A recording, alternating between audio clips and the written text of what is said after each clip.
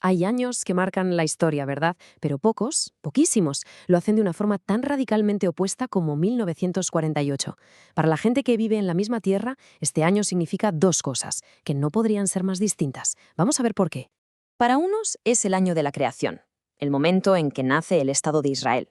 Pero para otros es el año de la Nakba, la catástrofe, la destrucción de toda su sociedad, el inicio de un exilio que, bueno, dura hasta hoy.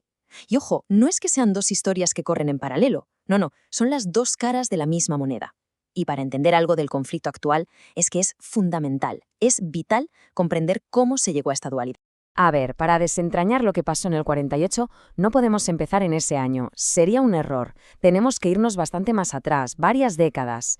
Porque el escenario no apareció de la nada. Fue el resultado de un montón de decisiones políticas, de ideologías, de tensiones que no paraban de crecer.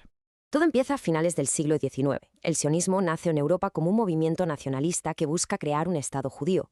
En 1917 consiguen un apoyo clave, nada menos que del Imperio Británico, con la famosa Declaración Balfour. Luego, con el mandato británico, la inmigración judía a Palestina se dispara, sobre todo en los años 30 con la persecución nazi. Y claro, esto provoca una alarma tremenda en la población árabe, que ve cómo su país está siendo colonizado. Todo esto estalla en la Gran Revuelta Árabe. La tensión en ese punto ya era insostenible. Para justificar este proyecto colonial, el movimiento cionista lanzó un eslogan que, la verdad, fue muy efectivo: un pueblo sin tierra para una tierra sin gente. La idea era simple: vender la imagen de que Palestina era una especie de desierto, un lugar vacío, que estaba ahí esperando a que los colonos europeos lo revivieran. Pero es que la realidad era otra, completamente distinta. La tierra no estaba vacía, para nada.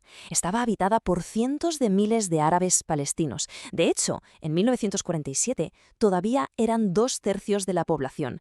Así que el eslogan, pues era pura propaganda, una ficción diseñada para borrar a la gente que ya vivía allí de la historia. Con la situación a punto de explotar y con un imperio británico que ya no daba para más después de la Segunda Guerra Mundial, la patata caliente pasa a la recién creada ONU.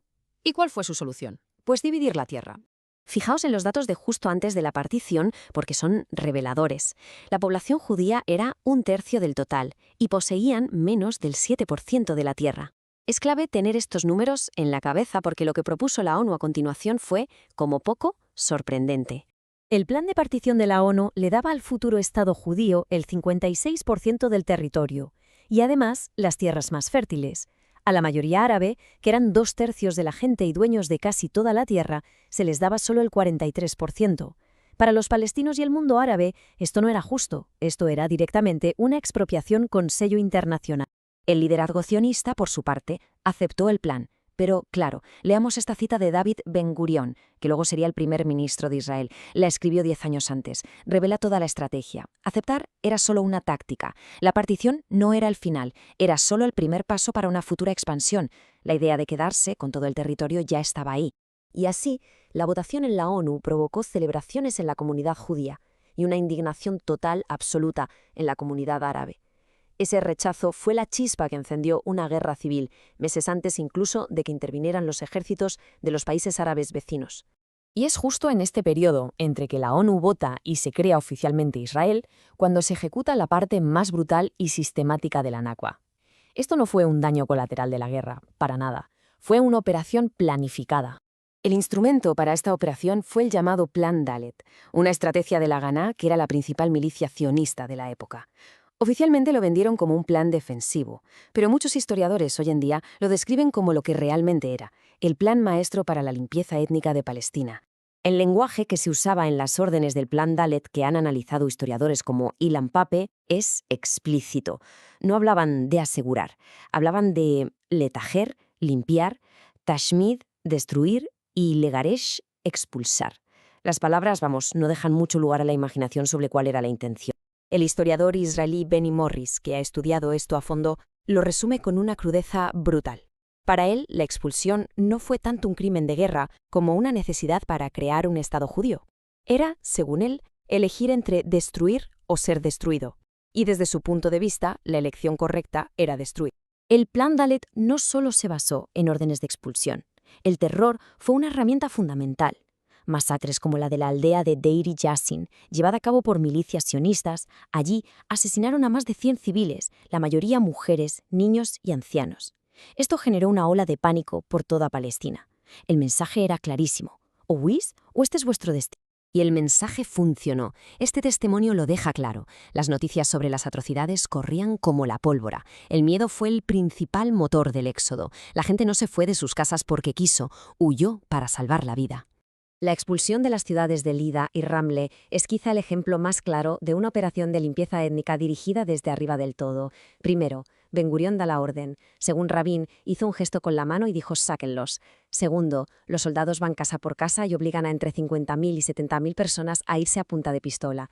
Y tercero, les obligan a una marcha mortal bajo el sol abrasador de julio.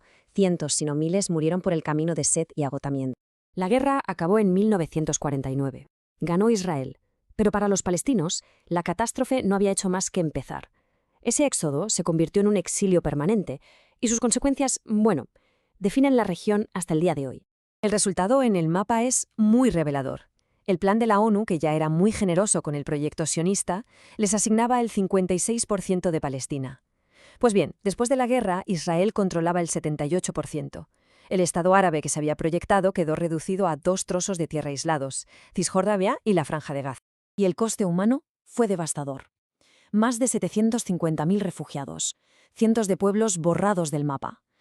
Todas las propiedades de la gente que fue expulsada confiscadas por el nuevo Estado. Y lo más importante, se les prohibió para siempre el derecho a regresar. Esto creó una crisis de refugiados que la ONU tuvo que empezar a gestionar con la UNRWA. Ante esa imposibilidad de volver, la llave de la casa que dejaron atrás se convirtió en el símbolo más potente de la Nakba. No solo representa el hogar que perdieron, sino también ese derecho inalienable a volver, una esperanza que se ha ido pasando de padres a hijos durante más de 70 años. Y este problema no ha desaparecido, al contrario, ha crecido. Hoy, los refugiados palestinos y sus descendientes que están registrados por la ONU son casi 6 millones de personas. La Nakba no es algo que pasó y ya está, no es historia antigua. Es una realidad, un presente continuo para millones de personas. Y todo esto nos deja con una pregunta fundamental, una pregunta que persigue al conflicto hasta hoy. Si la creación de un Estado se construyó sobre la expulsión de todo un pueblo, ¿cómo se puede llegar a una paz que sea justa? ¿Es posible reparar una herida tan profunda? La respuesta, me temo, sigue sin escribirse.